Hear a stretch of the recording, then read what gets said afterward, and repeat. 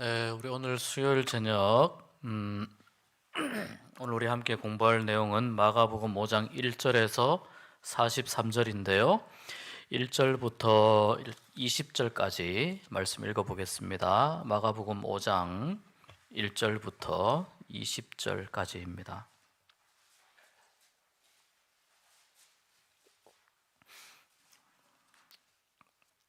신약성경 60쪽입니다. 마가복음 5장 1절부터 20절 한 절씩 교독합니다. 예수께서 바다 건너편 거라사인의 지방에 이르러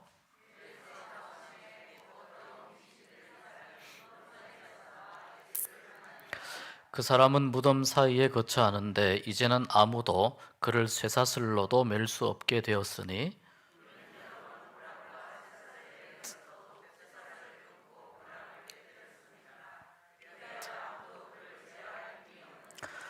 밤낮 무덤 사이에서나 산에서나 늘 소리 지르며 돌로 자기의 몸을 해치고 있었더라.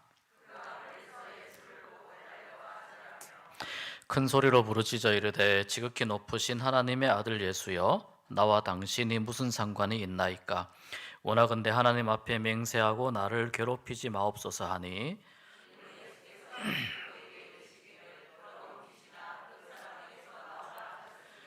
이에 물으시되 내 이름이 무엇이냐? 이르되 내 이름은 군대니 우리가 많음이니이다 하고 마침 거기 돼지의 큰 떼가 산 곁에서 먹고 있는지라.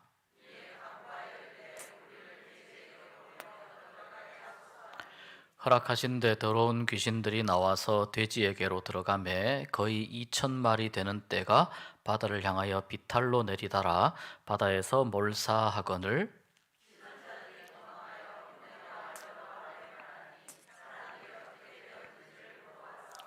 예수께 이르러 그 귀신 들렸던 자 곧 군대 귀신 집혔던 자가 옷을 입고 정신이 온전하여 앉은 것을 보고 두려워하더라.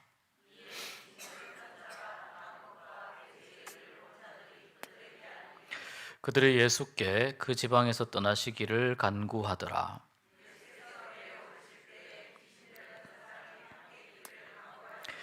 허락하지 아니하시고 그에게 이르시되 집으로 돌아가 주께서 내게 어떻게 큰 일을 행하사 너를 불쌍히 여기신 것을 내 가족에게 알리라 하시니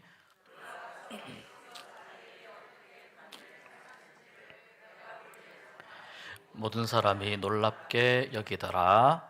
아멘. 네, 교회 광고는요. 내일부터 봄맞이 전도 사역 시작하려고 합니다. 전도 함께 하실 분들 오전 10시까지 교회로 오시면 함께 기도하고 전도하도록 하겠습니다.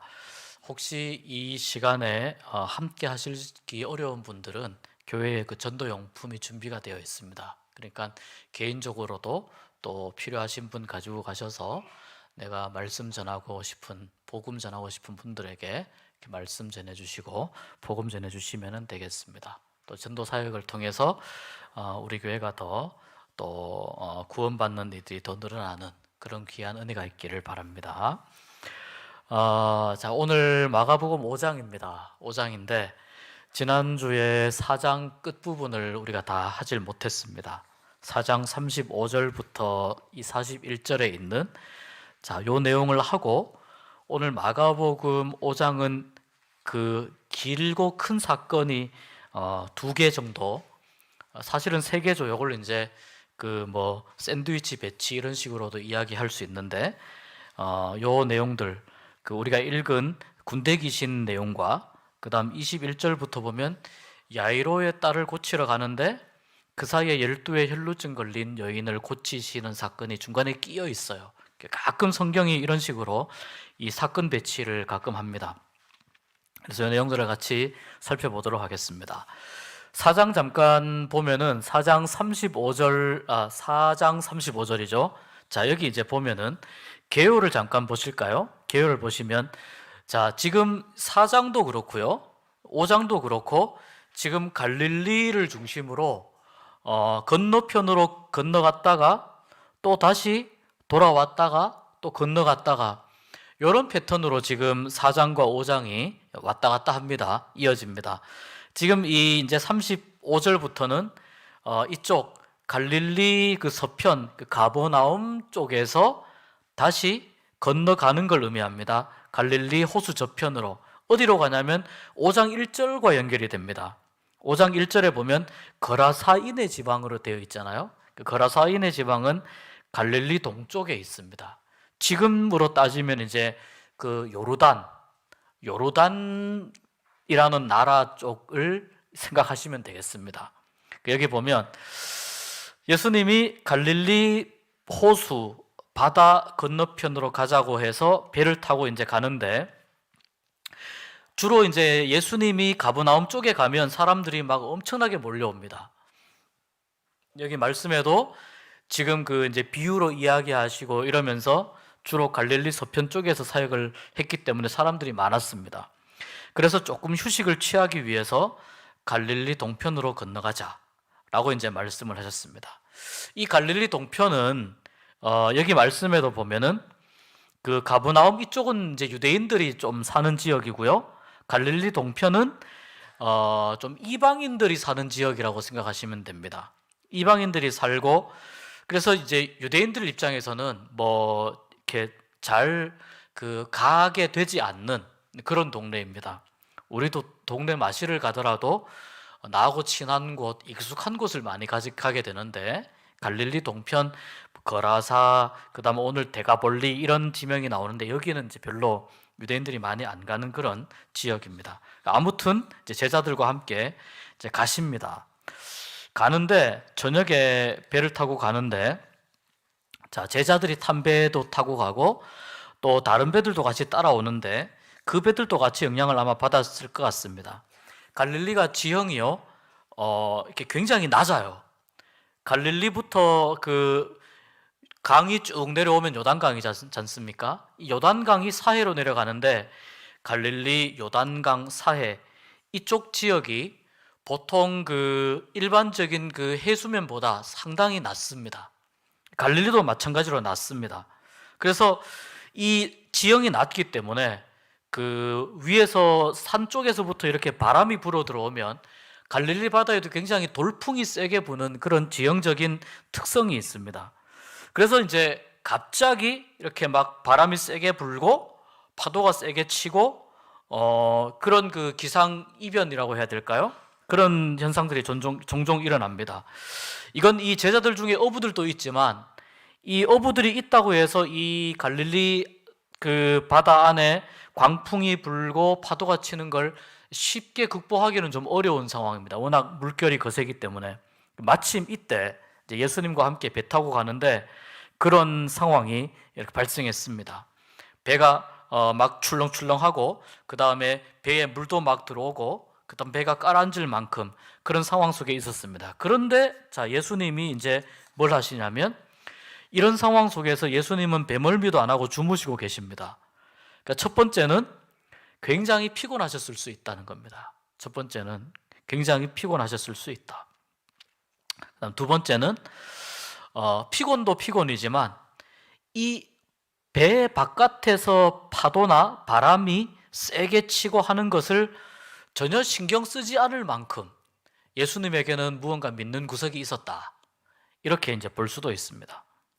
자, 이 고물 배 뒷면에 그 당시에 이렇게 요런 그 배들 안에 뭐 이렇게 의자 같은 게 있고 거기에 뭐 이렇게 담요 같은 게 양탄자나 베개 같은 게 이렇게 놓여 있는데 거기에서 잠깐 이렇게 쉴 수 있게 해놨다고 하거든요.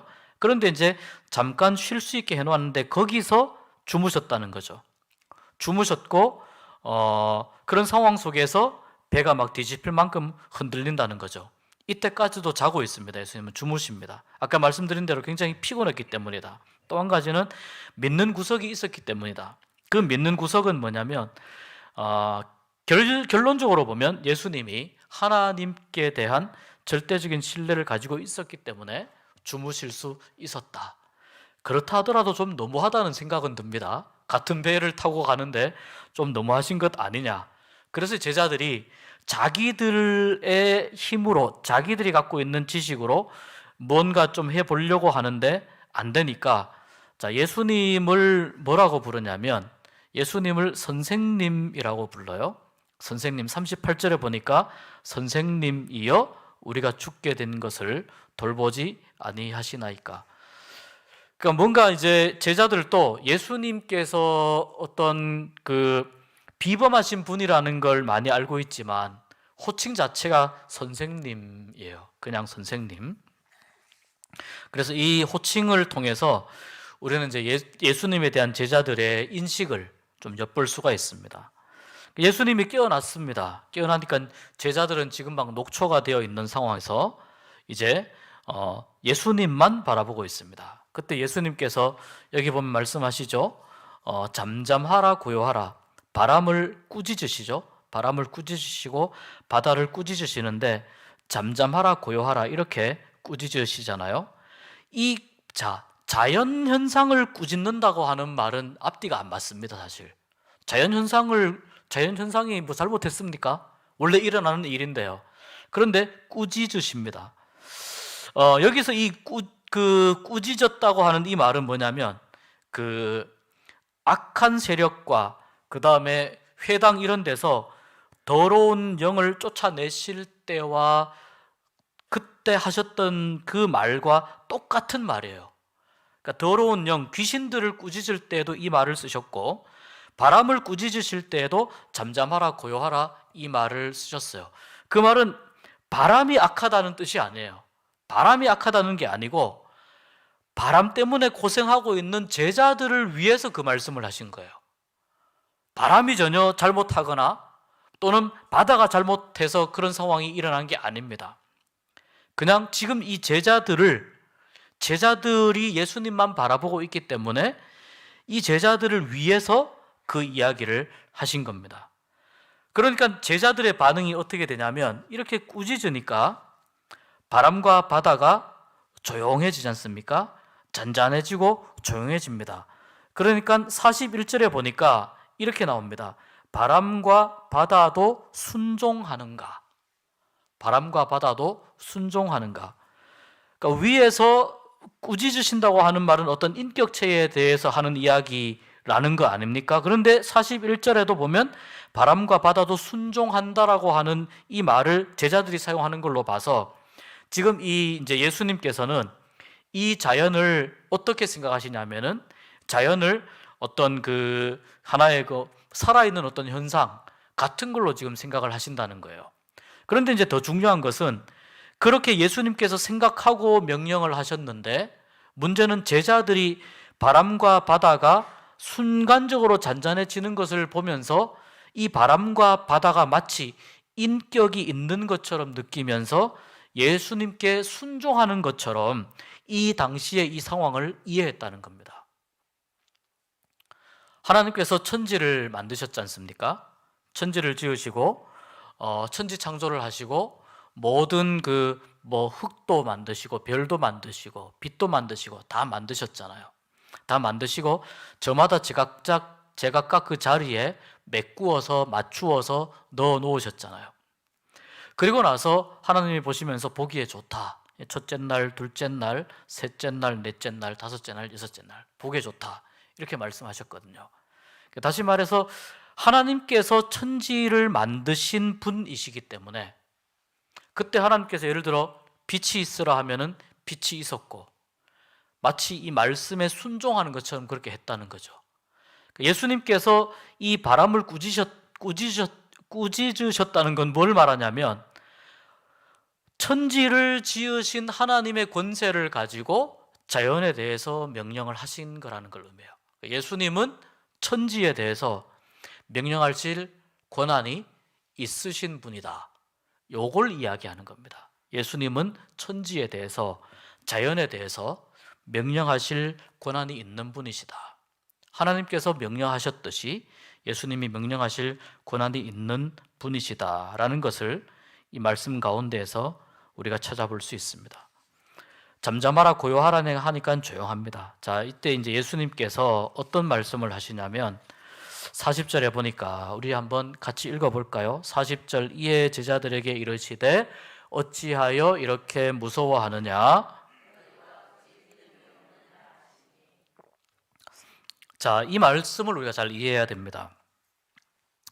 어찌하여 무서워하느냐? 무서운 건 맞습니다. 자연은 원래 자연 현상은 여러 가지 조건이 맞으면 비가 굉장히 세게 오기도 하고 지진이 나기도 하고 우박이 내리기도 합니다. 또 자연 현상이 상황이 조건이 맞으면은 굉장히 강한 태풍도 불기도 합니다. 그것을 보면서 사람은 두려워하고 무서워합니다. 그런데 그것이 두려워하고 무서워할 이유는 되지만 왜 믿음이 없느냐라고 이야기하신 이 부분에 대해서 우리가 좀 이해를 할 필요가 있다는 겁니다. 왜 그러셨을까요? 왜 믿음이 없느냐라고 말씀하셨을까요? 여기에 우리가 영적인 교훈을 좀 찾을 수 있는데, 예수님이 탄 배가, 예수님이 배에 올라탔어도 풍랑을 만나서 침몰 위기에 처할 수 있다는 겁니다.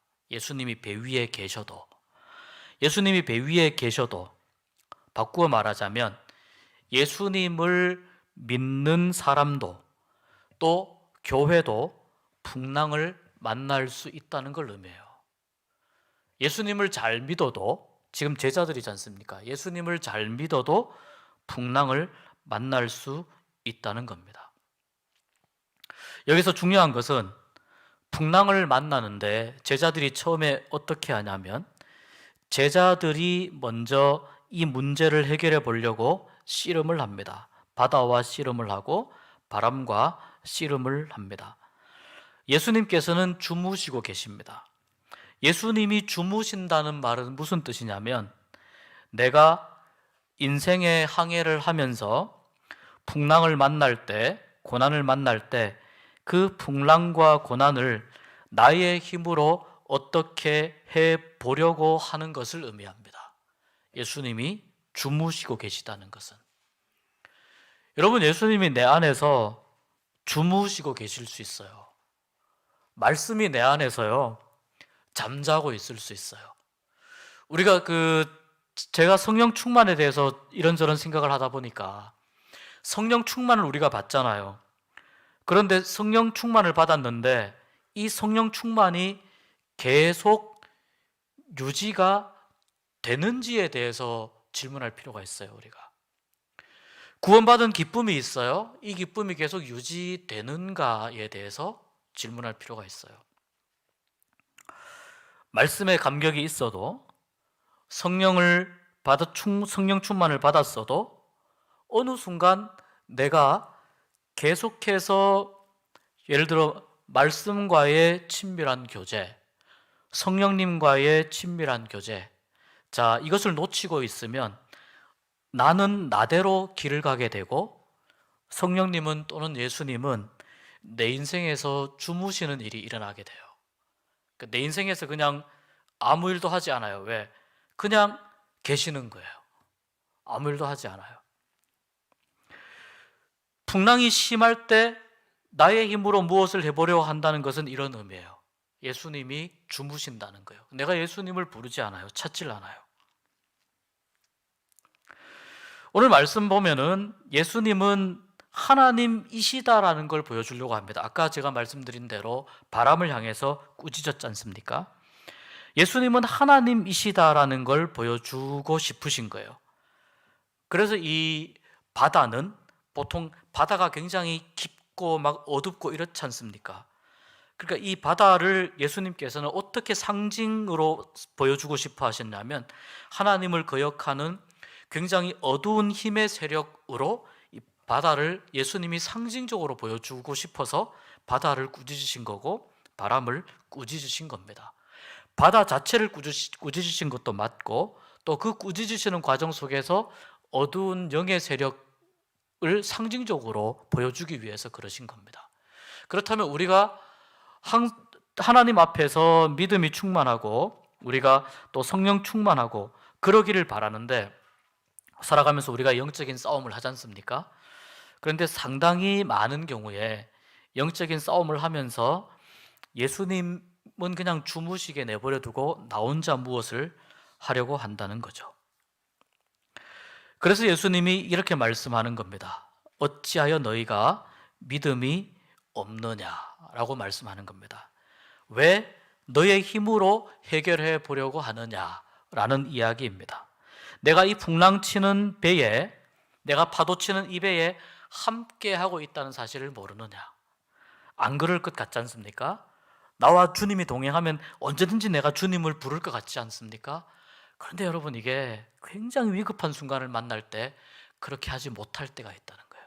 지금 배가 막 가라앉을 절체절명의 위기 상황 가운데에서 제자들이 예수님을 미처 생각을 못한 것하고 똑같은 겁니다.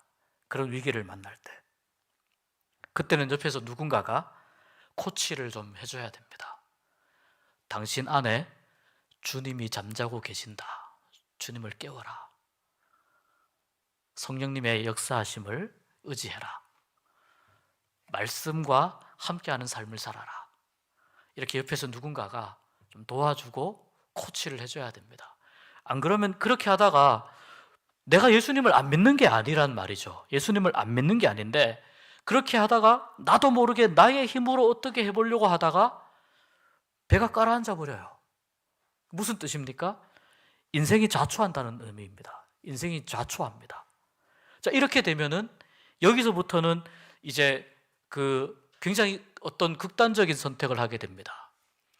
교회를 그만둔다든지, 하나님은 안 계셔, 이렇게 이야기한다든지, 이런 좀 굉장히 우리가 바라지 않는, 생각하고 싶지 않은 그런 선택들을 하게 됩니다. 그래서 마가는 이 바람과 바다를 잔잔하게 하신 예수님의 이 사건을 기록을 하면서 우리에게 이런 질문을 하는 겁니다. 아직도 믿음이 없느냐? 하나님이 원하시는 삶으로 나아가려면 이러한 풍랑의 위기를 겪게 된다. 그런데 그것을 두려워하지 말고 너의 삶에 함께하고 계시는 예수님을 믿어라. 그리고 예수님을 깨워라. 예수님을 불러라. 예수님을 부르고 예수님을 찾고 그렇게 함으로 인해서 풍랑을 넘어가라.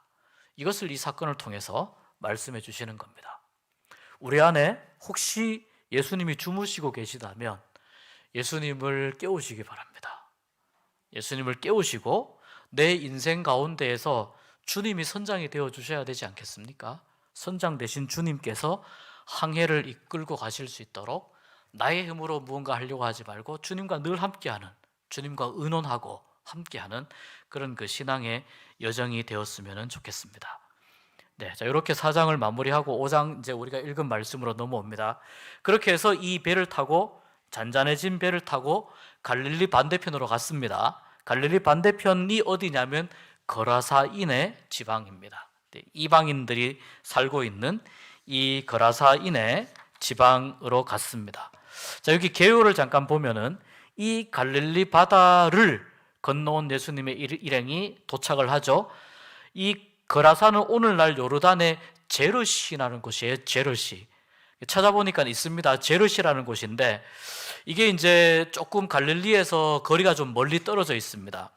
그래서 마태복음에서는 갈릴리 바다에 가까운 가다라라고 하는 지명으로 이야기하는데, 자, 문제는 가다라나 제르시나 전부 다 이 데가볼리 지역입니다. 그러니까 이쪽 지역에서 일어난 사건을 이야기하고자 하는 것입니다. 갈릴리 맞은편 어느 지점. 근데 여기 아까 말씀드린 대로 여기에는 어떤 영적으로 이렇게 깨끗한 것이 별로 없습니다. 갔는데 거라사인의 광인을 만나죠. 그 다음에 무덤을 만나죠. 또 돼지를 만납니다. 돼지는 유대인들이 별로 먹지 않는, 유대인들의 입장에서 먹지 않는 고기가 되는 거죠. 그래서 유대인들 입장에서는 부정한 땅이라고 볼 수 있습니다. 그 부정한 땅에 왜 예수님이 가셨냐면 거기에도 예전에 율법으로는 부정한 땅이었지만 그러나 이 부정하고 소외된 그곳에 거기도 하나님의 나라가 복음이 필요하기 때문에 예수님이 가셨다라고 볼 수 있습니다. 그런데 아니나 다를까 여기에 갔는데 굉장히 센 강적을 만납니다. 이 귀신 들린 사람의 상태가 심상치가 않습니다. 무덤 사이에서 왔다 갔다 합니다. 아시는 것처럼 이렇게 돌무덤, 이런 무덤이 있지 않습니까? 그러니까 돌로 된 무덤이고 예수님도 돌아가셨을 때 아리마대 요셉의 무덤에 장사를 지내고 했는데, 그 돌로 된 무덤이 이렇게 크기 때문에 그 안에서 뭐 살기도 하고 이러면서 이제 돌아다닙니다. 쇠사슬을 묶었는데 쇠사슬도 막 풀 만큼 굉장히 또 이제 세고 힘이 센 그런 그 귀신이 들렸습니다. 또 돌로 자기를 막 이렇게 찢거나 막 찢어서 몸을 굉장히 상하게 하는 아주 못된 귀신이 들린 이 거라사인의 광인 미치광이를 이제 만납니다. 오늘 이 말씀을 보면은요, 귀신 들린 사람들 만나본 경험이 있으실 겁니다. 근데 귀신 들린 사람은 두 가지의 특징이 있어요. 한 가지는 뭐냐면은요, 자기 자신을 파괴해요. 자기 자신을 계속해서 파멸에 이르게 만들어요. 자, 두 번째는 자기가 속한 공동체를 엉망으로 만들어요. 뭐 가정도 그렇고 또 아무튼 자신이 속한 공동체를 엉망으로 만듭니다. 그리고 좀 센 귀신이 들렸을 경우에 옆에서 사실 쉽게 제어하거나 그럴 수 없는 것을 우리가 종종 경험을 하게 됩니다. 자, 그런데 예수님이 배에서 내렸습니다. 예수님 일행이 내렸는데 이 귀신 들린 사람이 멀찍이에서 보다가 막 달려와가지고 예수님께 절을 합니다. 그리고 예수님께 뭐라고 이야기하냐면 하나님의 아들 예수, 가장 정확한 표현입니다. 귀신이 가장 정확하게 보는 겁니다. 하나님의 아들 예수여, 나와 당신이 무슨 상관이 있나이까? 원하건대 하나님 앞에 맹세하고 나를 괴롭히지 마소서. 제자들은 배 안에서 예수님을 뭐라고 불렀습니까? 하나님의 아들 예수라고 안 불렀어요. 선생님 이렇게 불렀습니다. 선생님. 근데 이 귀신 들린 자는 지금 정확하게 보고 있습니다. 하나님의 아들 예수. 그리고 우리가 알고 있는 것처럼 계속해서 귀신이나 사탄이 예수님을 시험할 때 뭐라고 했습니까? 네가 하나님의 아들이거든 이라고 계속 시험을 하죠. 네가 하나님의 아들이거든. 이 말은 알고 있다는 이야기입니다. 예수님이 누군지 알고 있다는 겁니다. 여기도 이 거라사에 지금 귀신 들린 사람이 지극히 높으신 하나님의 아들 예수여 라고 이야기합니다. 그런데 여러분, 이것은 신앙 고백이 아닙니다. 귀신이 무슨 신앙 고백을 하겠습니까? 이것은 신앙 고백이 아니고 귀신들이 하나님의 아들 예수를 알아본다는 거예요.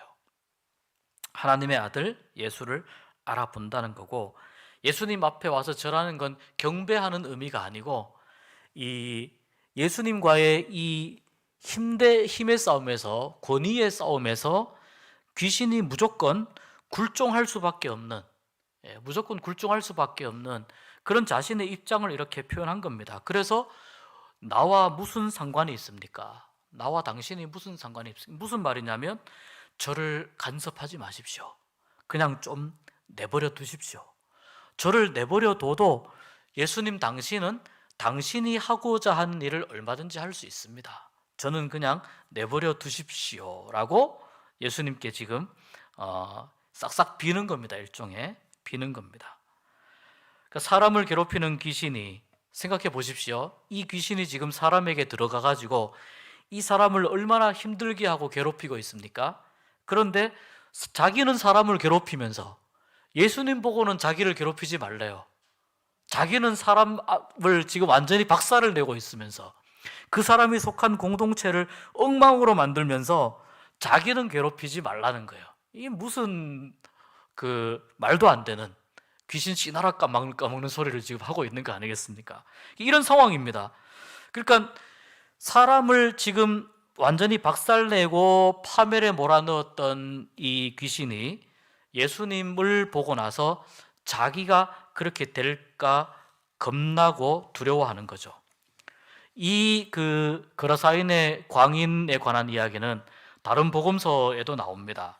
다른 복음서에도 나오는데 그 중에 누가복음에는 이렇게 이야기합니다. 저를 제발 무저갱으로 들어가라고 하지 마십시오 라고 이야기해요. 무저갱은 이제 완전히 사탄의 권세가 완전히 갇히는, 굴복되는 곳이지 않습니까? 거기에 들어가지 말라고 한 번만 봐주십시오, 이런 뉘앙스로 이야기를 하고 있습니다. 예수님은 이 귀신에게서 나오라고 이야기를 했습니다. 먼저 나오라고 했어요. 그래서 이 귀신이 이야기합니다. 뭐라고 하냐면 위에 그렇게 이야기했고 나오라고 하신 다음에 귀신의 이름을 물으니까 군대라고 이야기합니다. 군대.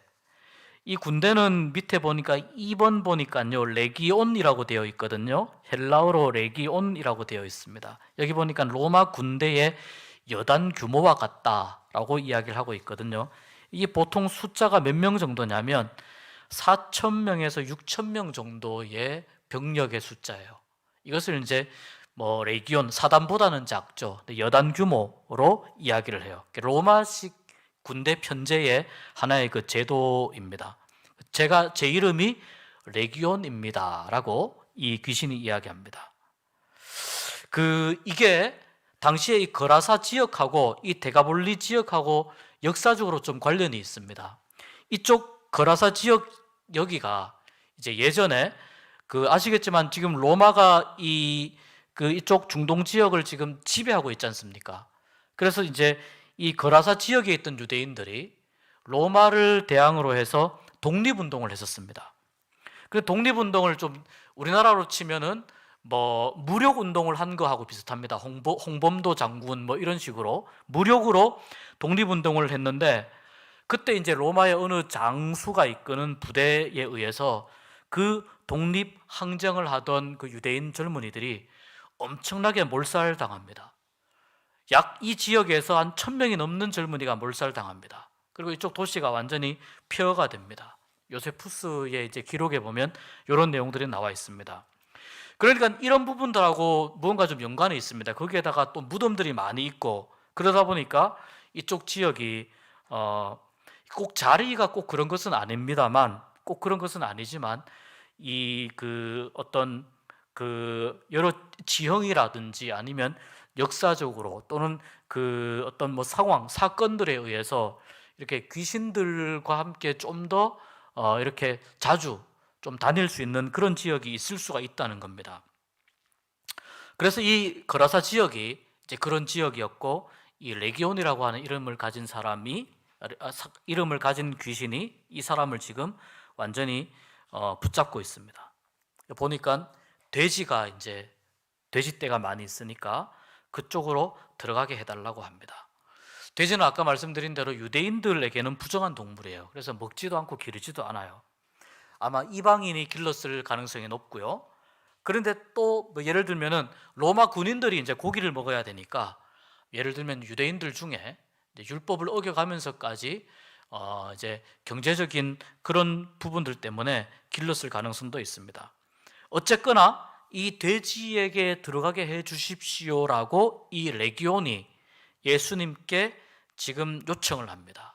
레기온이 제가 나오겠는데 무적행으로 가게 해주지 마시고 돼지에게로 가게 해주십시오 라고 예수님께 어떤 상황입니까? 허락을 받고 있어요. 예수님이 그래 그렇게 해라 허락이 떨어져야 돼지에게로 들어갈 수 있는 상황입니다. 그만큼 지금 이 레기온이 예수님 앞에서 꼼짝을 못하고 있습니다. 그럼 왜 예수님께서 돼지에게 들어가라고 하셨는가? 좀 여러 가지 이유가 있을 수 있습니다. 경제적으로는 돼지 2,000마리가 물에 빠졌으니까 돼지 한 마리당 얼마입니까? 계산으로 따지면 상당히 큰 금액을 손해를 보는 겁니다. 이 경제적으로 따지면. 그런데 왜 예수님께서 이렇게 하셨을까? 여기에서는 굉장히 중요한 그 교훈이 있는데 지금 중요한 것이 뭐냐면은 한 명의 사람이 귀신에게 붙잡혀 있는 그 한 명의 사람을 자유롭게 하는 것이 얼마나 대단한 일인가를 예수님이 보여주고 싶으신 것이고 또 한 가지는 지금 이 사람을 위협하고 있는 이 귀신이 어떤 존재인지에 대해서 그냥 슉 나가버리면 귀신이 나갔는지 들어왔는지 알 수가 없잖아요. 그러니까 이 귀신이 어떤 존재인지를 예수님이 좀 확인시켜주고 싶은 부분들이 있었어요. 나중에 손해배상 청구했는지 모르겠어요. 그럼 손해는 예수님께서 나중에 갚아주시면 되니까 그게 성경에 나오진 않지만 중요한 것은 이 한 사람이 레기온이라고 하는 어마어마한 군대 귀신에게 지금 완전히 붙잡혀가지고 엉망이 되어 있는 이 상태 자체를 예수님께서 굉장히 힘들게 보셨다는 겁니다. 이것을 굉장히 중요하게 보셨다는 겁니다. 그래서 돼지에게 들어가라고 했습니다. 돼지 2,000마리가 물로 들어가서 완전히 물에 들어가서 전부 다 이제 익사하게 됩니다. 돼지가 아까 말씀드린 대로 부정한 동물이라고 했습니다. 예수님께서 쉽게 말해서 돼지에게 가두시는 겁니다. 귀신이 더 이상 거룩한 곳으로 나오지 못하게 부정한 곳으로 예수님께서 가두시는 겁니다. 이것을 보고 귀신 들렸던 자도 정신이 돌아오고, 그리고 주위에 있던 돼지치던 사람들이 겁나고 무서워서 예수님께 그 지방에서 떠나달라고 이야기합니다. 자, 오늘 이 사건을 통해서 우리가 생각해야 할 부분이 있습니다. 예수님이 이 귀신 들렸던 사람에게 가족 품으로 돌아가라고 말씀하세요. 지금 이 사람은 귀신에 의해서 자기의 삶이, 자기의 인격이 완전히 박살났어요. 완전히 망가졌어요. 그렇다가 다시 본래의 모습을 회복했어요. 그런데 아직 무엇이 회복이 될 때였냐면 자기가 속해 있었던 가족, 공동체, 사람들과의 일상적인 생활, 이건 회복이 되지 않았어요. 그래서 예수님이 가족에게로 돌아가라고 말씀합니다. 이 귀신 때문에 가족과 사회로부터 격리되었었는데 그것을 다시 회복하는, 거기까지 회복하는 것이 뭐냐면 예수님이 보실 때의 구원의 의미라는 거예요. 단순히 귀신으로부터 해방되는 것뿐만 아니라 가족과 함께 일상의 삶을 회복하는 것, 이것이 구원이라는 겁니다. 그래서 구원 사건을 경험한 사람들은 자기의 일상의 삶까지 회복되어야 진정한 구원의 경험을 하게 됩니다. 하나님이 자신에게 하신 또한 그 삶의 현장에서 내가 이런 상황이었는데 내가 하나님으로 인해서 나의 전 인격이, 나의 존재가, 나의 일상의 삶이, 나의 가정이 회복되었습니다 라고 하는 것을 또한 전파하는 것, 이것이 예수님이 가정으로 돌아가서 하라고 하시는 일 중에 하나입니다. 그래서 구원받은 사람은 자기가 가야 할 곳으로 돌아가야 되고 그곳에서 하나님 나라의 확장을 위해서 살아야 된다는 것이 예수님의 의도입니다. 그런데 예수님께서 여기가 지금 거라사인의 지역이지 않습니까? 데가볼리. 이쪽은 이방인들이었기 때문에 예수님에 대해서 조금 더 많이 이야기하라고 말씀합니다. 조금 더 많이 이야기해라. 이방인들에게는 복음이 전해져야 되기 때문에 조금 더 많이 이야기해라. 그러나 다시 돌아와가지고 야이로의 딸 이제 볼 건데요. 야이로의 딸 고치고 한 경우에는 유대인들에게는 그렇게 하지 말라고 이야기합니다. 많이 이야기하지 말라고 말씀합니다. 우리가 이 귀신 들렸다가 해방된 이 사람이 가서 분명히 자기에게 친한 사람들에게, 가족들 또 친지들에게 내가 어떤 일을 겪었는지 분명히 이야기할 겁니다. 이것은 뭐냐면은 간증입니다. 간증. 여기 보면은 간증이 나오죠. 간증은요, 하나님이 나에게 하신 일을 이야기하는 게 간증이에요. 하나님이. 그래서 항상 간증은 주어가 뭐가 돼야 되냐면 하나님께서 이렇게 하셨습니다. 이게 간증입니다. 그런데 가끔 간증을 잘못해가지고 하나님이 부차적인 요소가 되고 내가 이렇게 했습니다. 내가 이렇게 했습니다. 라고 이야기할 경우가 있습니다. 간증자가 굉장히 조심해야 됩니다. 간증은 항상 내가 하나님을 높이고 있느냐, 그렇지 않느냐를 늘 생각해야 됩니다. 그래서 간증이 굉장히 조심스럽기도 하고 굉장히 위험스럽기도 한 겁니다. 오늘 교훈을 보면은 예수님께, 첫 번째 군대 귀신도 예수님께 뭐라고 이야기합니다. 그 다음에 귀신 들렸던 사람도 예수님과 함께 있고 싶어 합니다.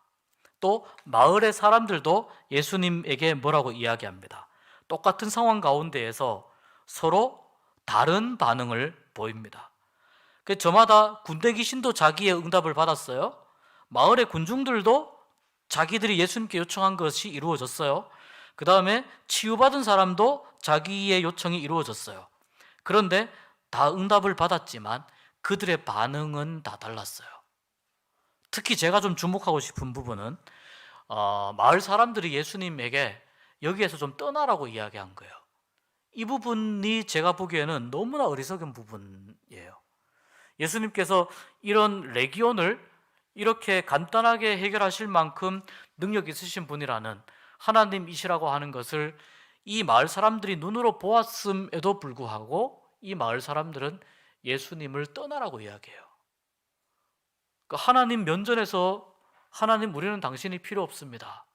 우리에게서 떠나십시오 라고 이야기하는 겁니다. 너무 제가 마음이 아프고 너무 이 사람들의 선택이 말이 너무 어리석다고 하는 부분을 이 마을 사람들을 통해서 볼 수 있습니다. 그러니까 우리가 주님을 바라보면서 이 마을 사람들과 같은 반응이 아니고 우리가 주님을 바라보면서 이 치유받은 사람처럼 주님과 함께 있든지 또는 주님이 나를 어디로 보내든지 간에 내가 주님을 증거하는, 그리고 늘 하나님께서 나에게 하신 일을 내가 증거하는 그런 하나님이 원하시는 간증자의 그런 삶이 되었으면 좋겠습니다. 자, 그 다음에 5장 21절부터 이제 말씀드린 대로 일종의 그 끼워 넣기입니다. 처음에 이제 예수님께서 그 거라사 쪽에서 이 일을 잊고 나서 마을 사람들이 떠나라고 해서 다시 배를 타고 오시는데 아마 가버나움 쪽으로 아마 오셨을 겁니다. 그래서 가버나움 쪽으로 왔고 거기에서 이제 야이로를 만납니다. 회당장 야이로를 만나고 그 야이로의 딸을 고치려 가는 중에 12회를 혈류증으로 앓던 여인을 만납니다. 그 여인을 고치시고 야이로의 딸이 죽었지만 이 야이로의 딸을 살려내시는 내용이 이제 5장 21절부터 마지막까지 나옵니다. 야이로는 굉장히 좋은 사람입니다. 좋은 사람이고 굉장히 그 존경받는 사람입니다. 당시에 회당이 많았거든요. 회당은 성전하고 조금 다른데 회당은 일종의 약간 좀 교육기관이라고 볼 수 있어요. 그런데 이제 이 회당장은 회당에서 예배라든지 뭐 교육이라든지 또는 이제 재판 같은 것도 회당에서 하는데 그런 사무를 관할하도록 이 회당 멤버들 중에 장로 출신으로 선출된 사람이었습니다. 그래서 존경받는 사람이 이것을 담당하게 됩니다. 그래서 그 일을 잘 감당하는 사람 중에 야이로였는데 이 야이로가 존경받는 회당장으로서 딸이 지금 이제 아픔 가운데 있습니다. 예수님 앞에 와서 예수님 앞에 엎드리죠. 발 아래 엎드리죠. 이 발 아래 엎드린다는 것은 그냥 예수님을, 내가 회당장이지만 회당장은 사실 예수님에게 지금 이 마가복음 5장 정도의 시간 속에서는 회당장은 예수님께 엎드릴 만큼 예수님이 지금 그런 정도의 어떤 이 스테이터스라고 해야 될까요?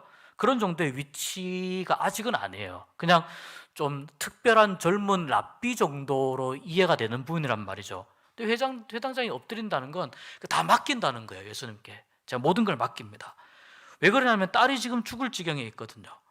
모든 걸 다 맡깁니다. 예수님에 대해서 말씀도 들어봤고 제가 조사도 해봤는데 예수님은 하실 수 있을 것 같습니다. 그렇게 다 맡긴다는 의미가 있습니다. 그래서 23절에 보니까 간곡히 구합니다. 간곡히 구하는데 이 간곡히 구하는 이유가 예수님 아니면은 지금 우리 딸을 살릴 수 없습니다. 지금 다 죽어가게 됩니다. 그러니까 우리 딸을 구원받게 해주십시오 라고 회당장이 예수님께 이야기합니다. 그래서 이제 예수님이 야이로의 집에 가게 되는데 그 야이로의 집에 가는데 오늘 말씀이 되게 재미있어요. 24절에 보니까 큰 무리가 따라가며 애워싸 밀더라라고 돼 있어요. 큰 무리가 따라가며 애워싸 밀더라. 그러니까 사람들이 막 완전히 그 예수님 주위에 둘러서서 서로가 막 이렇게 엉켜가지고 사람들이 움직이고 이동하는 모습을 상상할 수 있지 않습니까? 그런 모습으로 가니까 당연히 누군가가 예수님의 옷도 만질 수 있고 누군가가 예수님하고 어깨도 부딪힐 수 있고 이런 상황이라는 걸 이 말씀에서 이제 복선으로 깔고 있는 겁니다. 그러니까 제자들도 이런 상황이라는 걸 이해하고 있습니다. 자, 그때 12년 동안 혈루증을 앓고 있었던 이제 여인에게서 나타나는 그 유출병입니다. 이렇게 피가 계속해서 흐를 수밖에 없는 그런 그 질환을 겪고 있는데, 이 여인이 좋다는 약은 다 써봤어요. 용하다는 의원은 다 가봤는데 아무 곳에서도 고치지 못하고 모든 자기의 재산을 다 탕진했어요. 그러니까 병을 고치지 못할 만큼 힘든 병이라는 거죠. 그 다음 당시에 의술이 굉장히 약하다는 거죠. 그 다음에 이 여인이 내가 고칠 수 있는 모든 노력은 다 해봤는데 이 모든 노력이 허사로 돌아갔다는 절망감이 이 여인에게 있다는 의미입니다. 이 26절에 보면, 자, 거기에다가 여인이 지금 내가 할 수 있는 게 지금 아무것도 없는 상황이라는 걸 오늘 말씀이 이야기를 해요. 내가 할 수 있는 게, 해볼 수 있는 건 다 해봤거든요. 할 수 있는 게 아무것도 없는 그런 상황 속에서 마침 예수님이 사람들하고 막 이렇게 엉겨서 가니까 거기에 이 여인도 그 군중 가운데 쑥 들어갔습니다. 쑥 들어갔는데 이 여인이 마음속에 생각을 합니다. 옷만 내가 만져도, 옷자락만, 예수님의 옷자락만 만져도 내가 낫지 않겠는가 라고 생각하고 옷자락을 만집니다. 그리고 옷자락을 만지는 그 순간 자기의 이 몸의 그 질환에 모든 근원이 마르고 병이 낫는 것을 깨닫게 됩니다. 여기에서 보면 예수님은 전혀 모른 채로 사람들에게 밀려서 계속 야이로의 집으로 가고 있어요. 예수님이 주도적으로 이 병을 고치려고 어떤 행동도 하지 않았습니다. 그런데 이 여인의 이 간절함 때문에 지금 병이 치유받게 됩니다. 병이 치유받는 그 순간 예수님께서 무언가, 오늘 말씀에 보면 능력이 예수님에게서 나갔다는 걸 깨닫고 누가 나를 만졌느냐, 내 옷에 손을 대었느냐라고 묻습니다.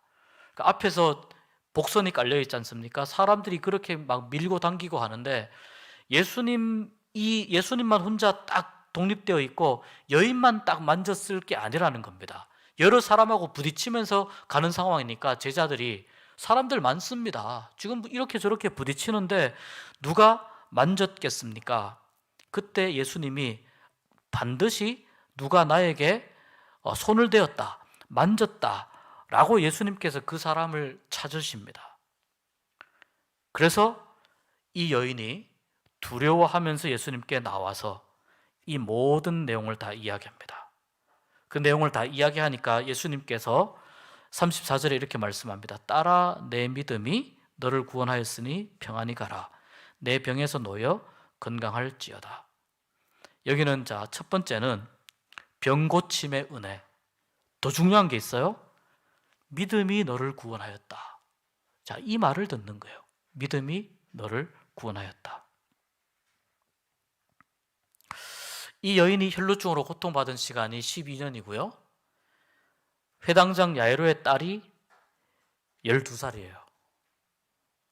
그러니까 이 12살짜리 소녀와 이 여인의 12년 고통스러운 세월을 지금 절묘하게 연결시키고 있어요.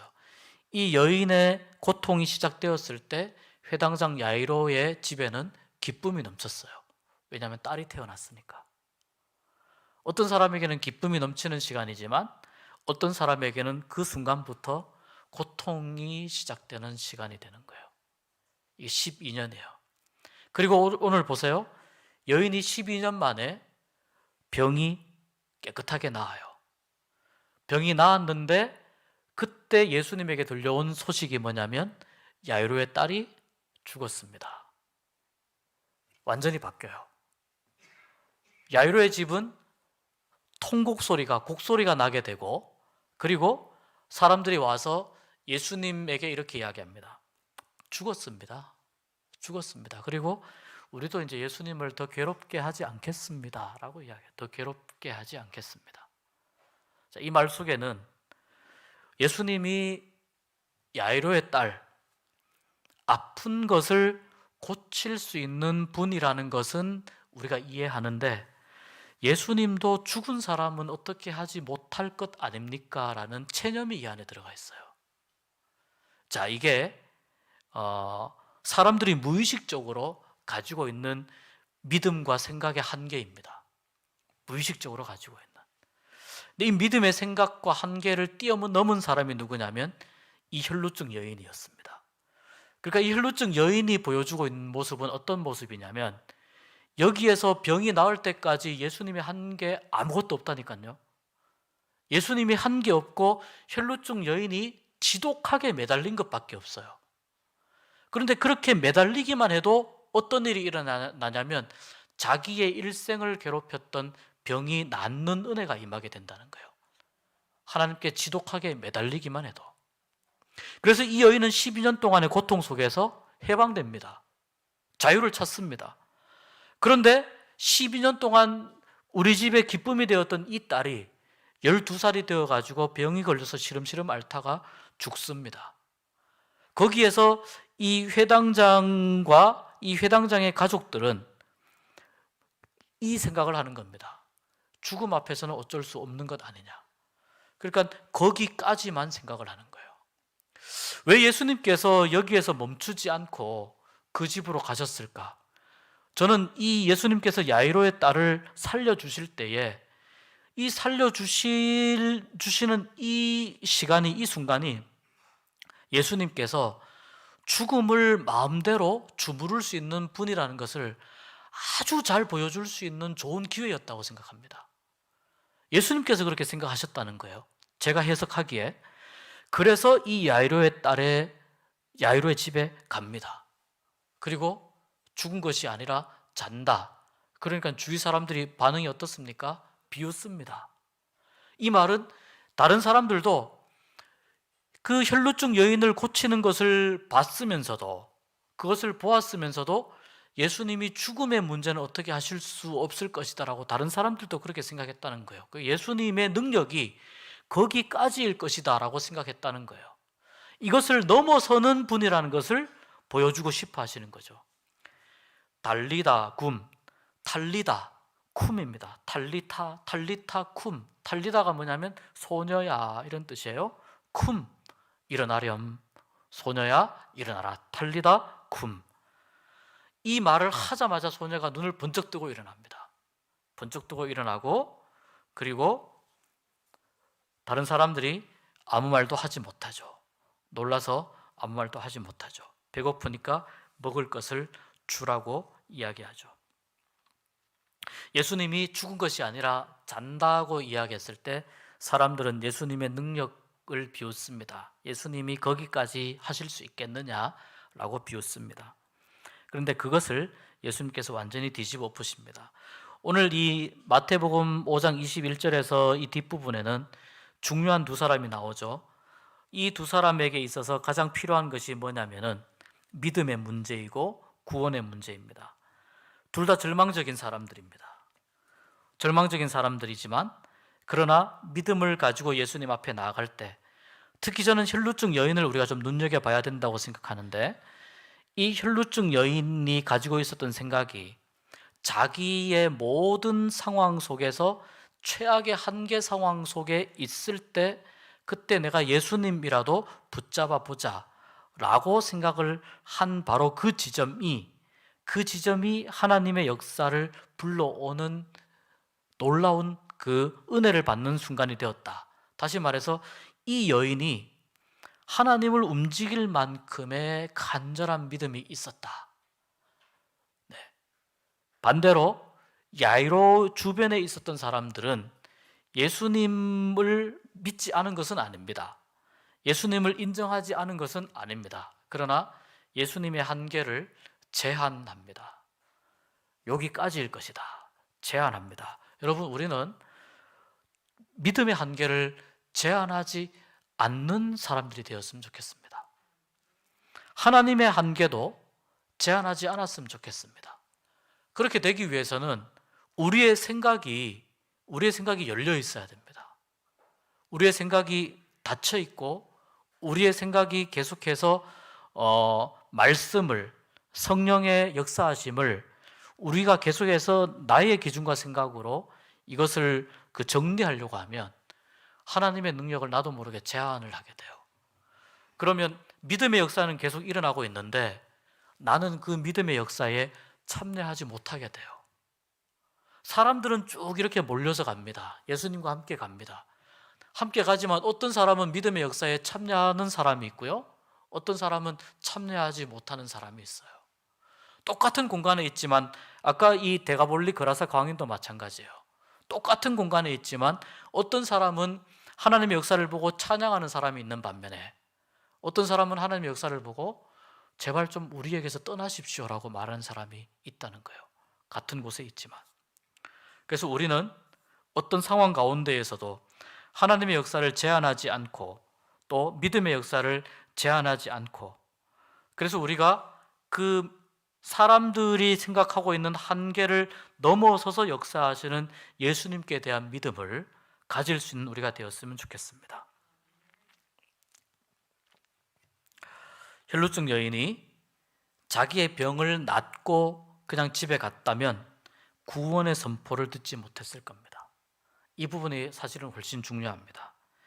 병이 낫고 그리고 예수님께 자초지정을 이야기했을 때 예수님께 구원의 선언까지 듣게 됩니다. 오늘 이 마지막 말씀을 하고 정리하고 마치겠습니다. 우리도 하나님께서 우리의 믿음을 확인하고 싶어 하실 때가 있습니다. 너는 어떤 믿음 가졌냐? 어떤 믿음을 가지고 살고 있느냐? 믿음의 역사를 제한하고 있느냐? 아니면 더 혈루증 여인처럼 더 나에게 메어 달리고 있느냐? 믿음을 확인하고 싶어 하실 때가 있습니다.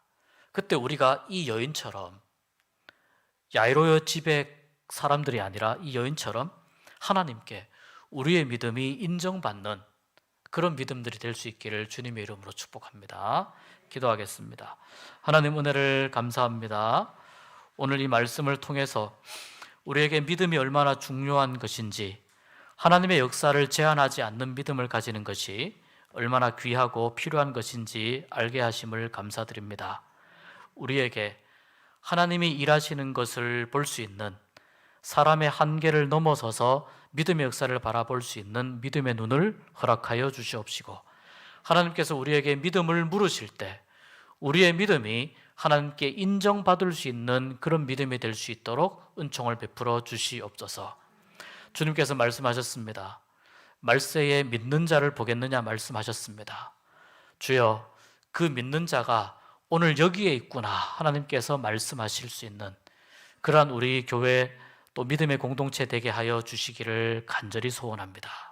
믿음을 더 키워나가고 또 믿음을 잘 가꾸어서 하나님 안에서 놀라운 은혜를 맛보는 저희들 되기를 간절히 소원하며 예수님 이름으로 기도하오며 주기도문을 마치겠습니다. 하늘에 계신 우리 아버지, 아버지의 이름을 거룩하게 하시며 아버지의 나라가 오게 하시며 아버지의 뜻이 하늘에서와 같이 땅에서도 이루어지게 하소서.